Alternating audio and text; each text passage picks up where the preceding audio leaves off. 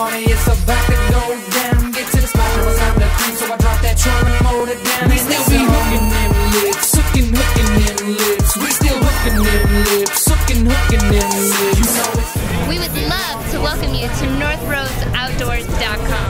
so I drop that trailer and motor down. We still be hooking them lips, hooking them lips. We still hooking them lips, hooking them lips. Man, I'ma probably be the first rapper with a Bassmaster logo on the back of a Phantom. If I keep putting it down with Team Samson, then I keep pushing out. Hey everybody, this is North Rhoades Outdoors. My name is Tory Rhoades, and thanks for tuning in to Season 2 of Pro Talk. When the Elite Series came to La Crosse this year, we wanted to find out, how do these guys practice? They've got 80 miles of river with 2.5 days to find some winning fish. How do they go about doing it? Well, this year, on the first day of practice, I got on the boat with Geico and Cabela's pro David Walker. Right away, we started out the morning, and I just simply asked him what it is that he's trying to do.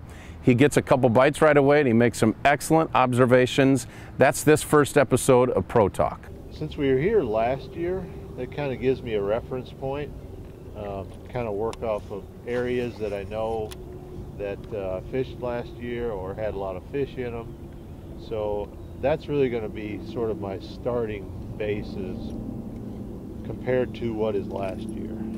So the first place I went here is right here in front of the ramp, and it was an area that had a lot of grass, and there was plenty of fish caught in here last year.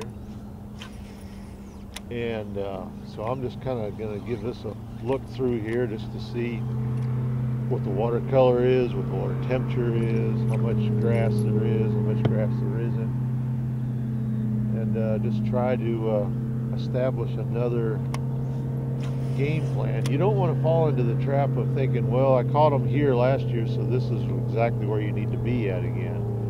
It's really hard to find fish that will stay in a place from day to day, let alone from year to year. So if you did well in the tournament last year, sometimes that can really be a pitfall more than an advantage. So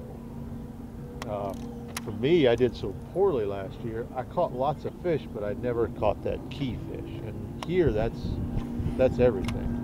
You catching bass in this place. There's so many of them. It's really not that hard.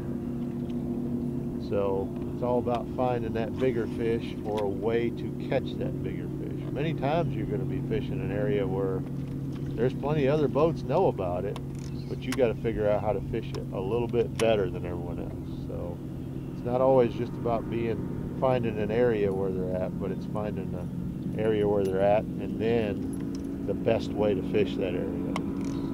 Well, one thing I noticed right there where that bite was is that bait was sitting there. It wasn't moving, so it kind of tells me that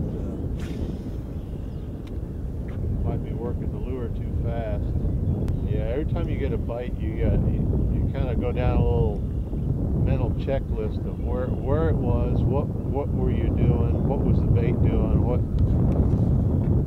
and a lot of times, you know, you don't really notice anything different other than that was the cast that got near one.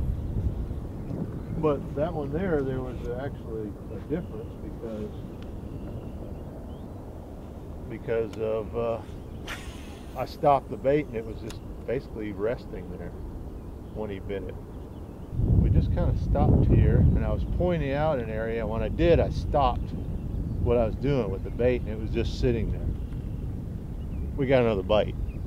It was another quality fish too. The first one was really big, maybe too big to be a bass, but that one right there was definitely just another bass. But and what happened was I just stopped the bait and let it rest. So now I know that letting that bait sit there is important. It wasn't just the first time sort of coincidental. This time here now we've had 2 bites and both of them have occurred in exactly the same manner. Working the bait along, and then just stopping, just letting it sit there. Then you get the bite. So now we got to determine how long it needs to sit there. Maybe even longer is better, or if you need, how you need to do that. But you know what's key is you're going to get the bite on the pause. All right, everybody, thanks for watching North Rhoades Outdoors. My name is Tory Rhoades. Be sure to check us out on Facebook and NorthRhoadesOutdoors.com. Next week's show, David Walker is going to talk about what weight is going to be needed to make the top 50 and the top 12 cut in this event.